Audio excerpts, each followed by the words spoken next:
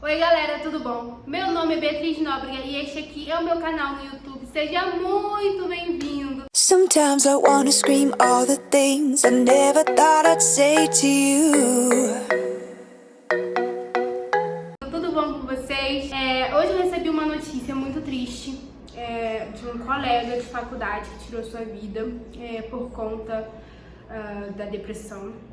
Então, eu vim contar um pouco da minha história, de fatos que aconteceram na minha infância que desencadearam algumas doenças, como depressão, ansiedade e síndrome do pânico. Não se preocupem, eu faço terapia, eu já tomei remédio, hoje eu não preciso mais, tenho acompanhamento com uma psicóloga. Então, mas hoje, quando eu recebi essa notícia, eu me abalei um pouco, porque a pessoa em questão, o meu colega que tirou a vida, ele era uma pessoa que estava sempre sorrindo.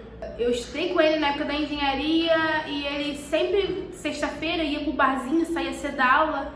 E aí ele falava assim, Bia, tu vai querer ir? Eu falava assim, não. Aí ele falava assim, não, tá certo, fica porque eu preciso colar de alguém na prova. E sempre que eu saí da engenharia, fui pro jornalismo, eu esbarrava com ele na faculdade, ele zoava a cara do meu cachorro, ele falava que o meu cachorro era feio, né? Ah, e aquele seu cachorro, cara feio, como que tá? E ele era uma pessoa que tava sempre sorrindo, então me abalei um pouco, tipo assim, meu Deus, como é que ele tinha depressão?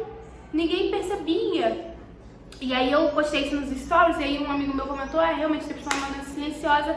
E isso me fez refletir, eu preciso alertar as pessoas. A gente passou agora pelo Setembro Amarelo, né, que é o mês de prevenção contra o suicídio, só que eu falei, eu preciso alertar mais as pessoas.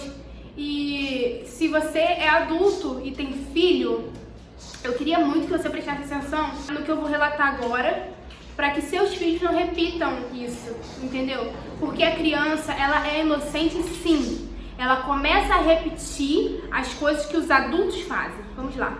Eu estudei numa escola particular minha vida inteira, com bolsa, porque minha mãe era auxiliar de serviços gerais dessa escola. O diretor, na maior boa vontade, permitiu que minha mãe me levasse para essa escola durante o horário dela de trabalho. Então minha mãe trabalhava de manhã, eu estudava à tarde, e aí ela me levava e eu ficava lá sentadinha, pintando, desenhando, brincando e vendo os adultos, né, os alunos, enfim. Ele fez isso para ajudar minha mãe, porque minha mãe não teria condições de pagar uma pessoa para tomar conta de mim. E eu cresci lá, os professores conviviam comigo, me conheciam desde criança, enfim. Nessa escola também estudava uma menina que era uma pessoa assim, que tem condições financeiras, os pais têm até hoje condições financeiras. Era uma pessoa mimada, né? Era uma criança mimada, que tinha tudo que queria, então não estava acostumada a receber não. E a minha mãe, eu acho que ela cometeu um grande erro nessa parte, que minha mãe, ela me criou, né, nesse período da vida, dizendo que eu não poderia ir de contra uma criança que pagava. Ela falava, você não pode reclamar de uma criança que paga, você não tá pagando o colégio. Você não pode reclamar de nada, fica quieta e aceita. Minha mãe me falou isso até eu terminar o terceiro ano do ensino médio. E ela sempre falou, olha, se me fizerem uma reclamação, você vai ver o que vai te acontecer. Então, assim, eu ficava com medo do que eu pudesse fazer que pudesse gerar alguma coisa. A primeira vez que eu sofri uma agressão psicológica foi quando eu tava brincando com essa menina de adoleta, sabe? Brincadeira de mãozinha, sabe? Adoleta, sabe? Coisa de criança. E aí, na hora que a gente foi fazer assim, a minha mão desencontrou com a dela e aí bateu assim no rosto dela. Não foi, claro, óbvio, não foi com maldade, foi sem querer. E ela correu pra professora e falou assim, a Beatriz bateu na minha cara. Aí a professora, como assim? Aí eu falei, professora, a gente tá brincando de adolescente, porque esbarrou, pegou no rosto dela. E aí a professora, tipo, com medo do que essa garota poderia fazer, chegando em casa falando, olha, Beatriz bateu na minha cara e a professora não fez nada, colocou meu nome no livro de ocorrência. E falou com a minha mãe, ó, botei ela no livro de ocorrência, porque ela tava brincando, bateu no rosto da menina, não sei o quê. Aí minha mãe fez o quê? Me deu uma surra em casa. Tudo bem, guardei. Tenho raiva dessa professora até hoje. Uma certa vez, e isso aconteceu assim, essa garota implicava comigo, mas tudo bem, coisas de criança, depois, sabe? Enfim. Quando chegou no ensino médio não, no ensino... Como é que se fala, gente? Enfim, quando a gente vai pra quinta série, que a gente deixa de estudar à tarde, vai estudar de manhã.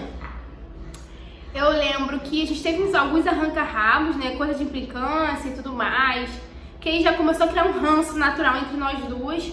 Aí teve uma festa junina em que... Só que, deixa eu explicar uma coisa. Eu não respondia muito às crianças, porque eu tinha medo das crianças reclamarem e minha mãe ser demitida e eu ainda apanhar. Então, a garota fazia as coisas comigo e eu ficava quieta. E aí, uma vez, teve uma festa junina e a mãe dela tava lá e a mãe dela falou assim: ah, você quer Beatriz? Eu falei, uhum. Ela, olha só, se você continuar implicando com a minha filha, eu vou ter que falar com a supervisor da escola e você pode ter que tomar cuidado, porque senão sua mãe pode ser demitida. Então, gente, ali o meu mundo caiu. Eu fiquei desesperada, então eu tentava ao máximo nem chegar perto da garota. Nessa festa junina eu fiquei tão abalada, mas tão abalada, que eu tava dançando quadrilha e eu caí de tão nervosa. E aí, essa garota, depois ela ficou, tipo, me chantageando. Ela falava assim: caramba, meu pai bem gravou a nossa dança e tem bem você caindo no vídeo. Ah, eu fico assistindo em casa morrendo de rir. Ah, vou mostrar pras pessoas, não sei o que, nananã. E essa garota ficava assim, me martirizando, falando essas coisas pra mim. E essa é uma das situações que aconteceu. E desses todos os acontecimentos ainda tinha racismo, preconceito. Eu nunca podia escolher o personagem na minha escola tinha um negócio que chamava feira, né? Feira de literatura, alguma coisa assim. E aí sempre tinha peça ou dança, alguma coisa assim. E eu nunca podia escolher o personagem quando tinha, porque às vezes era todo mundo uma roupa só. Mas quando tinha variedade assim, de personagem, eu nunca pude escolher. Eu nunca pude ser uma princesa. E vocês podem falar: ah, Bia, porque você é negra. Na sua época não tinha princesa negra, agora tem a Moana, tem a Tiana, enfim, não tem problema, gente. Eu posso ser o que eu quiser. E eu nunca podia, eu tinha que ser a bruxa, eu tinha que ser a vovozinha. Eu sempre era a última a poder escolher um personagem. E isso foram coisas que foram me frustrando. Até que surgiu o grupo de teatro, né? Botaram como atividade extracurricular o teatro, sendo que os alunos não se interessaram muito, foi um grupo muito pequeno, muito seleto. E aí eu fiquei, nessa época eu me encontrei, porque aí eu fazia parte do grupo de teatro e o professor era muito mente aberta, uma pessoa que eu amo muito. E ali não, ali eu tinha voz, ali eu podia fazer o que eu realmente tivesse vontade. Ali eu pude colocar pra fora o meu direito de liberdade de expressão, podia falar o que eu achava. Então, assim, ali foi um divisor de águas. E esse professor de teatro, ele começou a me ensinar que eu tinha voz e que eu podia sim reclamar das coisas e que eu não devia ficar quieta. E aí já foi um tempo que eu já estava quase terminando, estava no ensino médio, aí eu chegou no terceiro ano e eu não fui escolhida. Eu queria muito ser oradora da turma ou fazer falar algumas palavras, porque pra mim foi muito importante. Fico emocionada. Porque eu sendo negra, o diretor da minha escola era negro e eu me inspirava muito nele. Falei: nossa, quando eu crescer, eu quero fazer faculdade, eu quero ser uma pessoa assim, sabe? Que conseguiu chegar em algum lugar. E eu queria muito ter falado na formatura, só que aí chegou uma época que tinha uma coordenadora que não gostava de mim.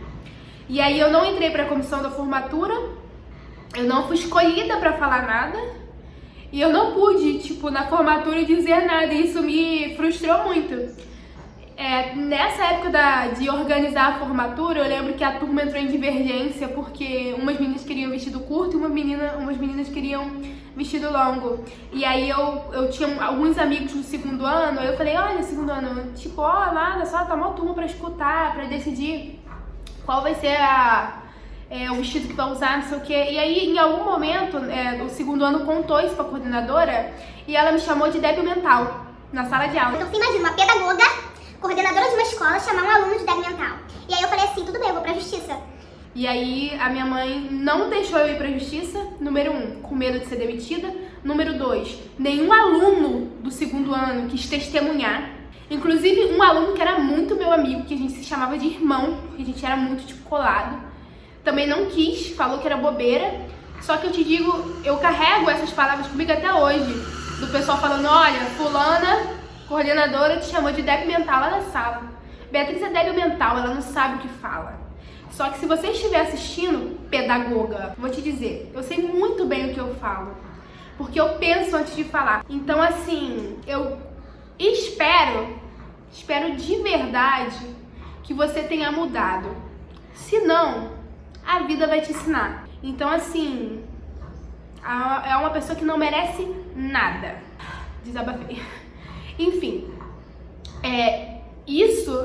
foi só um pequeno relato do que aconteceu assim na minha infância, na minha vida escolar. Foram coisas que me marcaram tanto que eu carrego até hoje essas marcas históricas e que desenvolveram em mim depressão, ansiedade, síndrome do pânico.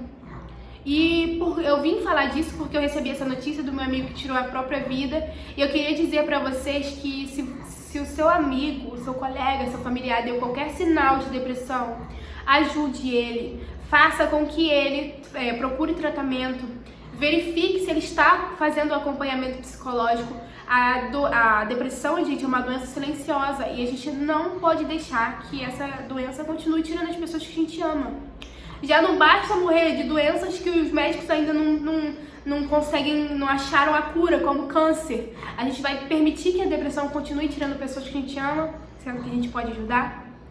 Então eu queria dizer que você, que é pai, ensine o correto aos seus filhos. Ensine a ser um cidadão de bem.